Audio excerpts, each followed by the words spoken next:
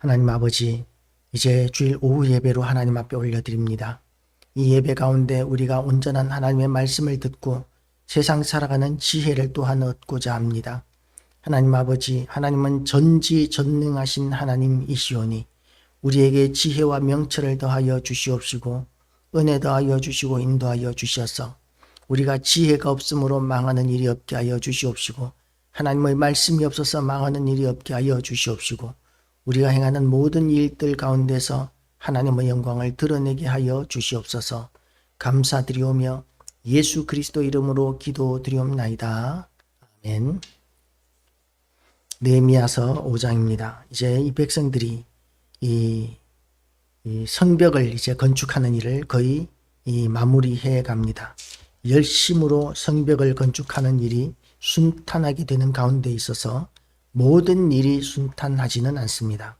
회방자들도 있고 비꼬는 자들도 있고 또한 비판하는 자들도 있고 비협조적인 사람들도 있고 그렇게 별의별 사람들이 다 이렇게 이 공사를 반대하고 회방하고 있습니다.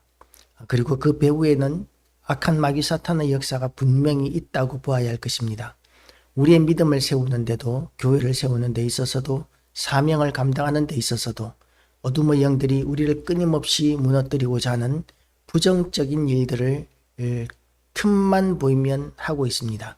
그런 악한 사탄의 모든 그런 역사들을 우리는 분별할 수 있어야 할 것입니다.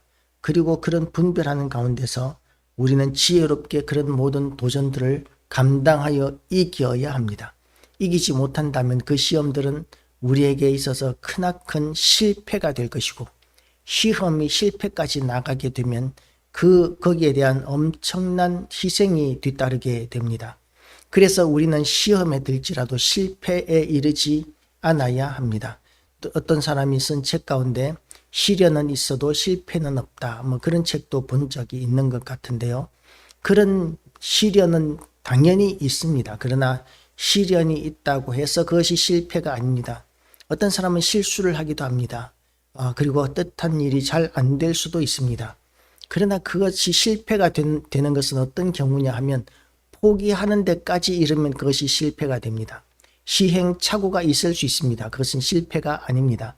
경험을 쌓아 나가는 것이고 그리고 그 실수를 통해서 성장해 나갈 수 있습니다. 그런데 포기하는 것까지 이르게 되면 그것은 실패에 이르게 됩니다. 우리의 믿음도 끝까지 나아가야 합니다. 어려운 일들이 분명히 있고 사명을 감당하는 데 있어서도 반대자들도 있고 여건이 제대로 받쳐주지 않는 경우들이 많이 있습니다. 하나님의 일을 한다 할지라도 우리가 느끼기에는 하나님께서 전혀 돕지 않는 것처럼 그렇게 여겨지는 경우들도 있습니다. 그런 경우는 정말 고통스럽습니다. 예수님께서 십자가에 달리셨을 때에 가장 고통의 극이 달하셨을 때에 부르짖으신 말씀이 그것이었습니다. 나의 하나님 나의 하나님 어찌하여 나를 버리시나이까. 그 고백이 우리의 삶 가운데서 얼마나 자주 나오고 있습니까? 우리가 행하는 모든 일들 가운데서 하나님을 믿는다고 열심으로 봉사도 하고 예배도 드리고 헌신도 하고 그렇게 하는데도 불구하고 우리가 이렇게 하나님 앞에서 도움을 받지 못하는 것처럼 여겨질 때가 있습니다. 하나님이 외면하시는 것처럼 느껴질 때가 있습니다.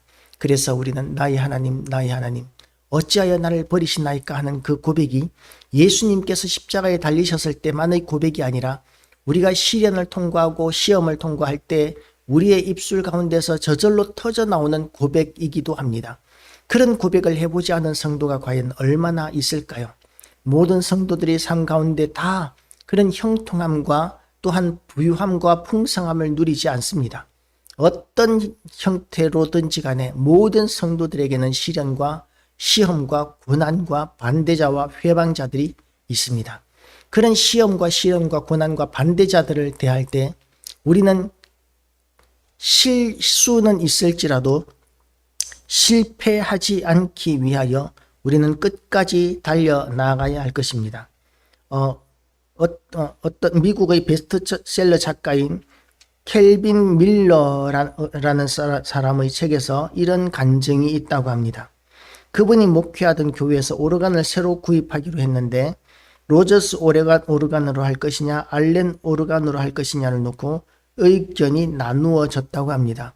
결국 다수의 의견에 따라서 알렌 오르간으로 결정되었는데 유독 성가대원 한 명만은 끝까지 로저스 오르간으로 해야 한다는 의지를 굽히지 않았다고 합니다. 결국 알렌 오르간이 설치되었고 반대하던 성도는 시간이 흐를수록 목회자에 대해서 냉담한 태도로 비방하기 시작합니다.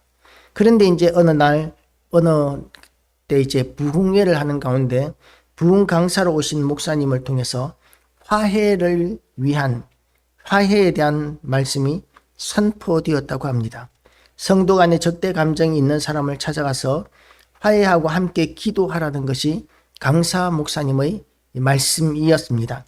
그래서 담임 목사님이 그렇게 냉담하던 그 성가대원, 끝까지 자기가 고집하던 그 오르간을 구입하지 않았다는 것 때문에 목사님을 적대시하고 있던 그 성도를 찾아가서 미안하다고 용서를 구하고 마음을 풀고 함께 기도하자고 했습니다.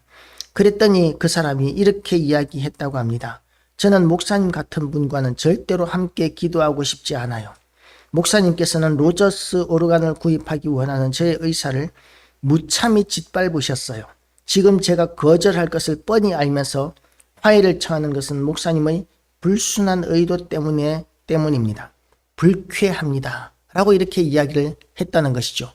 그런 사람은 왜 교회를 다니고 예수를 믿는지 모르겠습니다. 예수님께서는 원수까지도 사랑하라고 말씀하셨는데 다수의 교인들이 원하는 오르간을 잘 사서 그것으로 예배를 아름답게 잘 드리고 있는데, 그런데 자기가 원하는 오르간 메이커를 선택하지 않았다는 것 때문에 끝까지 목사님을 원망하고 미워하고 적대시하는 이런 태도를 가진 사람이라면, 그리고 그것을 말씀 앞에서도 굽히지 않는 사람이라면 과연 믿는 사람이라고 이야기할 수 있을까요? 직장 생활이나 세상 생활에서도 과연 그런 태도를 보일까요? 예를 들어서 직장에서 내가 그 사장님의 그 경영 방침이 나의 뜻과는 다른데 모든 직원들이 다 그렇게 경영 방침에 사장의 경영 방침에 동의를 하는데 자기는 도저히 동의가 안 되는 거예요. 그러면 그 사장을 그렇게 외면하고 무시하고 멸시하고 그게 세상에서도 그게 될까요? 아마 바로 해고가 될 것입니다. 그런데 교회 안에서는 세상에 살 수 없는 일들을 그렇게 마음대로 하는 것이죠. 그야말로 자기가 폭군인 것처럼 그렇게 행하는 것이죠. 교회를 깨뜨리는 암적인 존재로서의 역할을 감당하는, 그것이 사명인 줄로 여기는 사람들이 있습니다. 교회 안에서 이렇게 자기 마음대로 되지 않으면 안 되는 그런 사람들이 있어요. 언젠가 저도 회사에 다니면서 아주 고집이 센 사람을 봤는데 분명히 이렇게 잘못된 방향입니다. 우리 반원들의 어떤 방향을 잡는데 이 일은 이렇게 해야 됩니다 라고 주장을 하고 고집을 부리는데, 그렇게 하면 안 된다고 이렇게 이야기하는데 본인이, 다수의 직원들이 그렇게 하면 안 된다고 이야기하는데도 본인이 고집을 부려서 안 되면 내가 책임질게요 라고 이렇게 이야기를 하고 밀어붙였습니다. 결국 그 일은 잘 못 되었습니다. 아마 분임 토의였던지 품질 관리였던 것 같습니다. 잘 안 되었는데 그 사람이 어떻게 책임지겠습니까? 한번 벌어진 일은 돌이킬 수 없습니다. 그런데 자기가 책임지겠다, 감당할 수 없는 일에 대해서 자기 뜻대로 하기 위해서 책임지겠다. 회사들마다 아마 그런 사람들 다 있을 거예요. 자기 고집대로만 해야 되는 사람, 그리고 윗사람들 앞에서는 철저히 굽히는 사람, 이런 사람들이 있을 것입니다. 그런데 교회 안에서는 하나님께서 세워주신 질서조차도 지키지 않는 사람들이 있는 거죠. 은혜가 중요하기 때문에, 그 은혜로 말미암아 우리가 구원을 얻었기 때문에 은혜에 감사하는 것이 아니라 그 은혜로 말미암아 그 은혜 위에서 군림하려고 하는 태도를 가진다면 잘못된 것입니다. 지금 느헤미야와 이스라엘 백성들은 하나님의 은혜로 말미암아 예루살렘까지 돌아왔습니다. 그러면 그곳에서 하나님의 뜻대로 하나님 앞에 감사하며 예배드리고 하나님의 뜻대로 선한 삶을 살아야 마땅합니다. 그런데 사람이 사는 곳에는 항상 불평등이라는 것이 생깁니다. 어떤 사람은 부유해지고 어떤 사람은 가난해지고 이러는 일들이 생기는 것이죠. 어떤 사람이 부유해지기가 쉬우냐면 힘 있는 사람, 그리고 처음부터 돈이 있던 사람, 이런 사람들은 부유해지기가 쉽고, 그리고 또한 지혜가 있는 사람, 남들보다 지혜가 있는 사람, 이런 사람들은 부유해지기가 쉽습니다. 그러면 하나님께서 돈 벌 수 있는 기회와 능력과 여건을 주신 것에 대해서 감사해서 그것으로 돈을 힘껏 벌 뿐만 아니라 어렵고 힘든 자들을 도울 사명이 또한 그들에게 있는 것이죠. 그런데 지금 이스라엘의 이 지도자들, 이 돈을 많이 벌게 되고 부유한 자가 되고 높은 자리에 앉게 된 이런 자들이 어떤 일을 하고 있느냐 하면 백성들이 가난하고 어려운 형편을 이용해서 더욱더 부자가 되고자 하고 있는 것입니다. 그래서 백성들이 원망하고 불평합니다.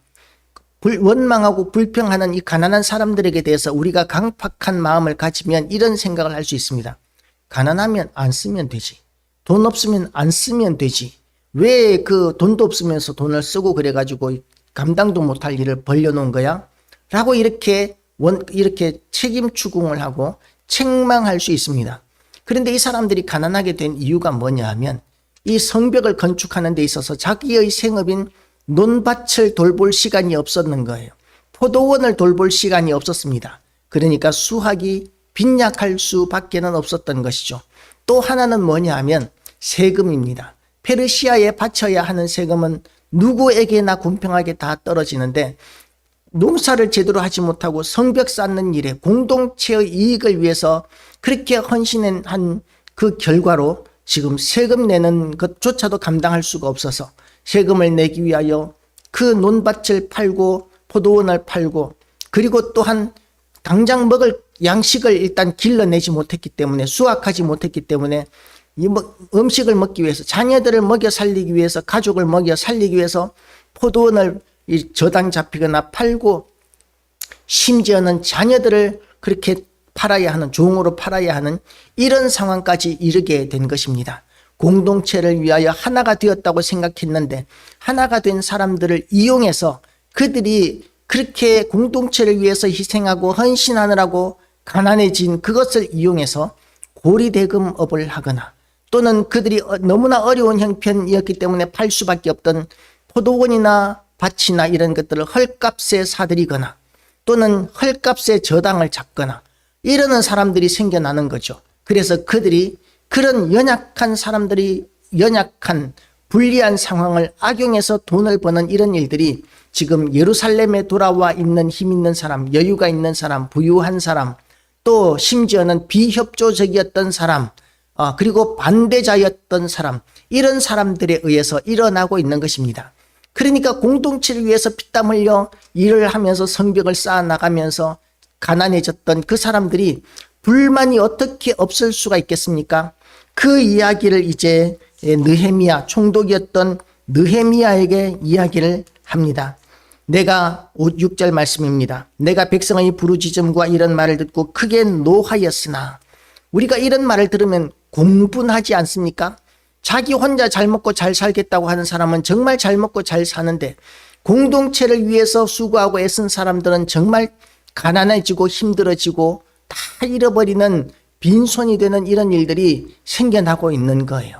얼마나 화가 나겠습니까? 아무것도 하지 않는 사람들이 오히려 부자가 되고 자기의 이익을 챙기는 사람들이 그렇게 부자가 되고 성공하고 있다면 그런 사회를 누가 바람직한 사회라고 이야기할 수 있겠습니까? 그런 공동체는 하나가 되기가 어렵습니다. 그러니까 지도자였던 총독이었던 느헤미야뿐만 아니라 이런 이야기를 객관적으로 바라본다면 누구든지 공분할 수밖에 없는 상황인 것이죠. 언젠가 이렇게 피싱이라고 그러나요? 전화로 이렇게 사기를 치는 그런 이야기를 들어보면 그 사람들은 이 피해자의 어려운 형편에 대해서는 전혀 고려가 없습니다. 어떤 외국인 노동자인 척하는 한국 사람이 이제 이 전화하는 것을 들었는데 돈 얼마나 있어요? 통장에 돈이 얼마나 있어요? 물었더니 2천만 원 있다고 그랬어요. 그런데 이제 계속 말귀를 못 알아듣는 척 하면서 보이스피싱 범을 계속 놀리는데 결국은 이제 그 사람이 한국 사람이라는 것을 밝히기는 했지만 얼마나 집요하게 당신은 지금 통장 도용 으로 이렇게 실명법 위반이 되었고 사기의 공범으로 어쩌고 저쩌고 하면서 지금 당신 통장에 있는 돈은 다 압수될 것이기 때문에 찾아서 어디 갖다 놓아라 뭐 이런 식으로, 아니면 또 아버지가 지금 교통사고가 나서 병원에서 수술해야 되는데 돈이 당장 필요하다고 빨리 돈 2천만 원 보내라고 이런 식으로 이야기를 계속 이끌어 가더라고요. 얼마나 집요하고 오랫동안 그렇게 하는지 모릅니다. 남의 돈을 사기치기 위해서, 남의 사정, 그 돈이 어떤 돈인지에 대해서는 전혀 고려하지 않는 것이죠. 그래서 성공하면 남이 피땀 흘린 그 돈, 한평생 동안 그렇게 쌓아 올린 모든 것들을 한 번에 그렇게 빼앗아 버리는, 그래서 피해자는, 수많은 피해자들이 그런 것 때문에 자살하지 않습니까? 전세 사기로 자살하는 사람, 보이스피싱으로 자살하는 사람, 이런 사람들이 우리나라에 얼마나 많이 있는지 모릅니다. 정말 그 사람들은 그냥 사기죄가 아니라 제가 생각하기에는 살인범으로 그렇게 다들 처벌해야 된다고 저는 생각하는 바입니다. 느헤미야가 통치하던 시대에도 그런 지금 비슷한 상황들이 사람이 사는 공간이니까 있는 거예요. 그래서 우리는 아담과 하와의 원죄로 말미암아 이런 어렵고 힘든 세상을 살 뿐만 아니라 또한 우리 스스로의 죄악들, 이 세상의 이 악한 우리의 생각들, 그런 것들, 우리의 탐욕들, 이런 것들 때문에 우리는 더욱더 세상을 악하게 만들어 가고 있는 것입니다. 그런데 그 문제를 해결하기 위한 방법은 여러 가지가 있을 수 있습니다. 가해자를 아주 엄중하게 처벌하는 방법이 하나가 있을 수 있습니다.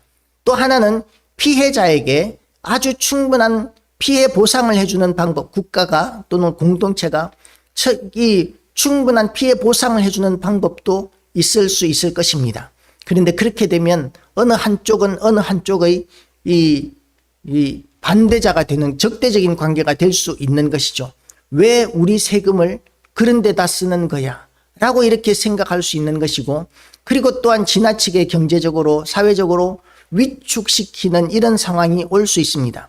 그래서 독재주의 국가는 경제적인 성장이 자본주의적인 이런 국가에 비해서 더딜 수밖에는 없는 것이죠.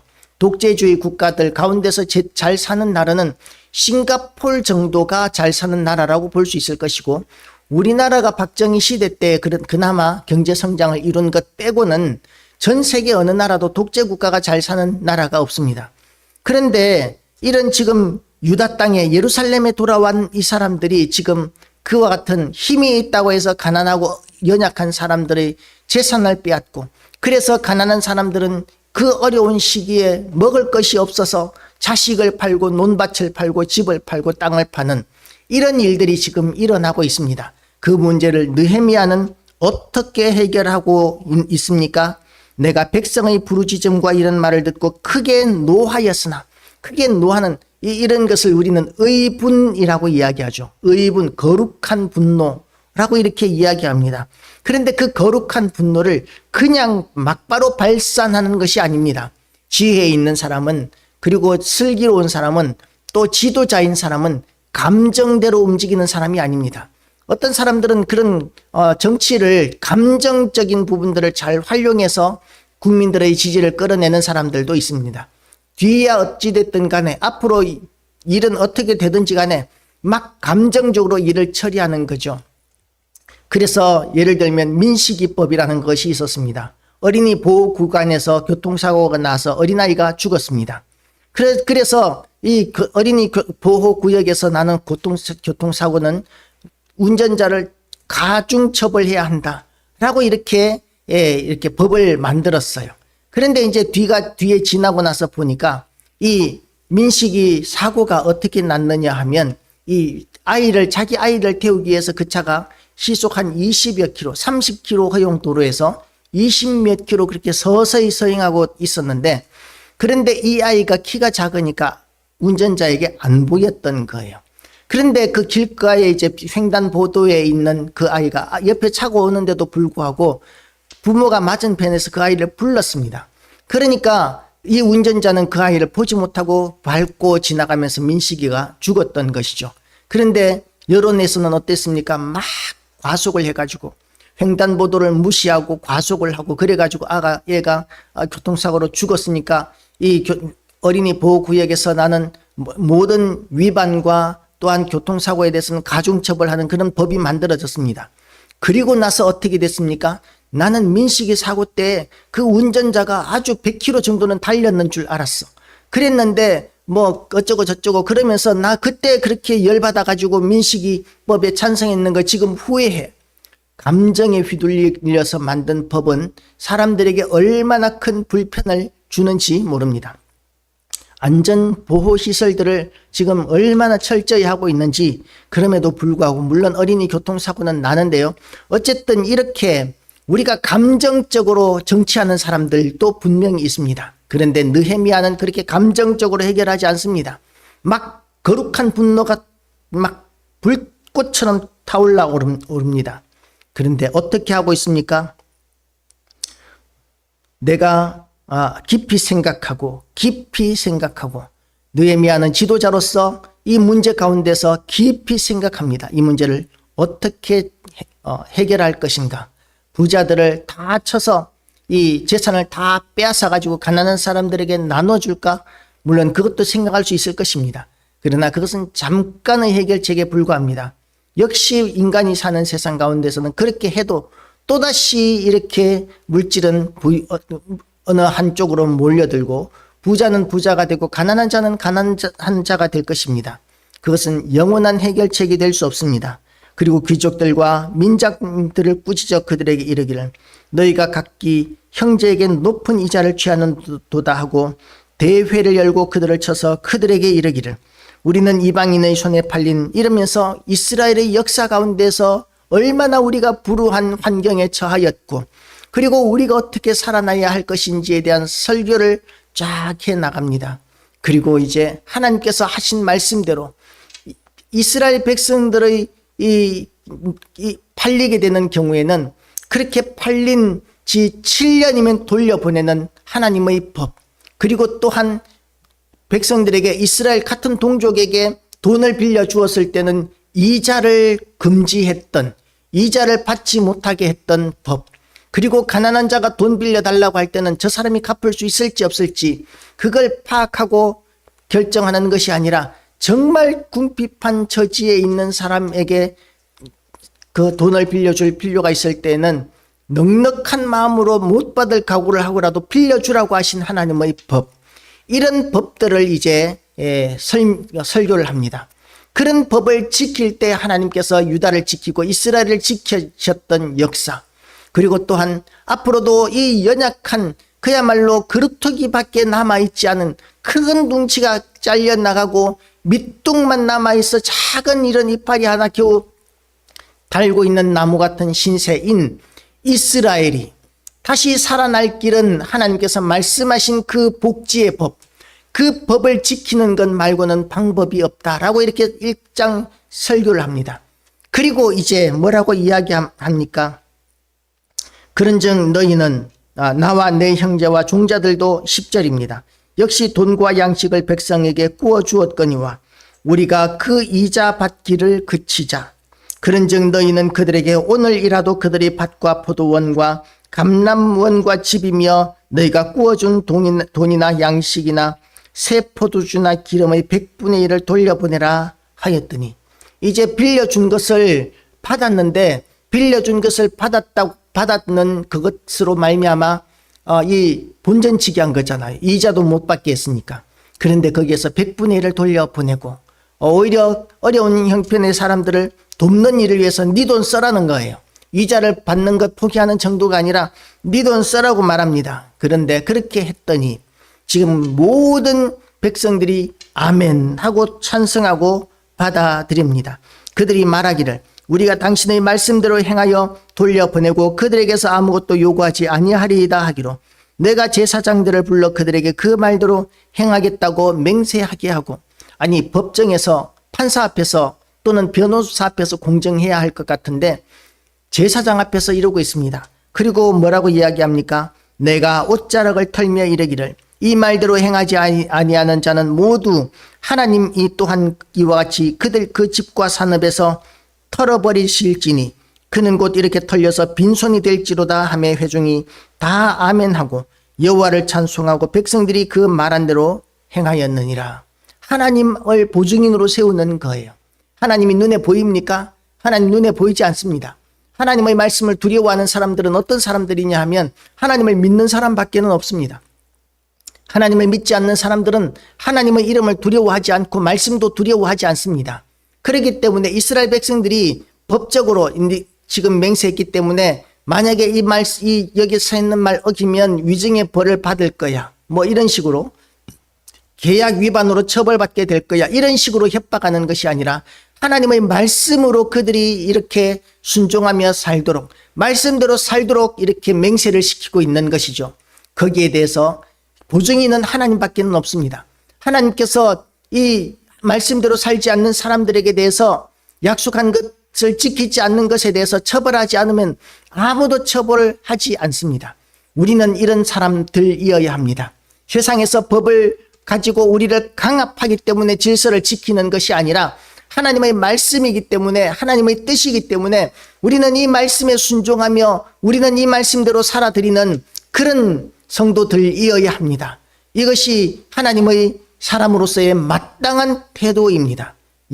법에 약점이 있으면 그 약점을 이용해서 자기의 이익을 추구하고 빈틈을 이용해서 범죄하고 이러는 사람들이 얼마나 많습니까?